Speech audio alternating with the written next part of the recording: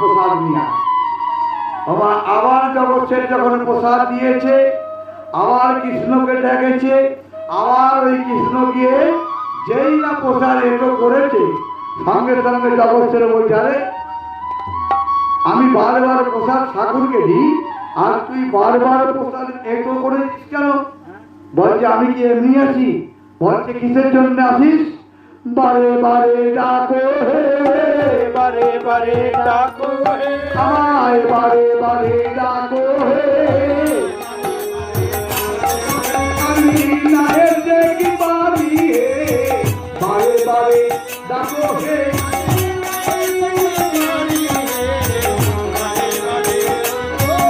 আমি না এসে কি পারি হে, বারে বারে ডাকো হে, আর বারে বারে ডাকো হে, নারী গৌর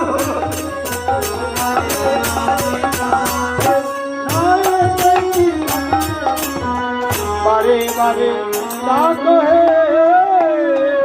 আরে আমি বারে বারে ডাকি, তোকে ডাকি? আমি ডাকি আমার ভগবান শ্রীকৃষ্ণকে। আরে আমার নাম তো কৃষ্ণ। আরে তুই কৃষ্ণ কি হলে? আমি ভগবান কৃষ্ণকে ডাকি। বললে বেশ, আর কি আছি? আর দুঃখী কৃষ্ণকে বসি। দুঃখী কৃষ্ণ সোনার থালাটা নিয়েছে, আর ভগবান শ্রীকৃষ্ণ একটা পদ্ম পাতা নিয়েছে। এইবার প্রসাদকারী যখন প্রসাদ দিচ্ছে, এক এক করে যখন প্রসাদ দিতে দিতে যাচ্ছে, আর যেই না সোনার থালায় প্রসাদ দেবে, আর সেই প্রসাদ একটুখানি ওমা ওই দুঃখী কৃষ্ণের হাতে পড়েছে। যেই না দুঃখী কৃষ্ণের হাতে পড়েছে, দুঃখী কৃষ্ণ সেই প্রসাদটা জিভে করে চেটে দেখলেন যেন অমৃতের স্বাদ। এমন প্রসাদ তো আমি কখনো খাইনি। বৃন্দাবনের প্রসাদ এত সুন্দর, কিন্তু আমি তো এখানে প্রসাদ পাবো? আমার মা তো কোনোদিন এ প্রসাদ খেতে পারবে না, আমার মা তো কোনোদিন বৃন্দাবনে আসতে পারবে না।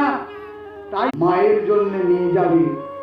আর কৃষ্ণের পাশ থেকে যখন তুলে তুলে খাচ্ছে, কৃষ্ণ বলছে, কি হলো রে দুঃখী?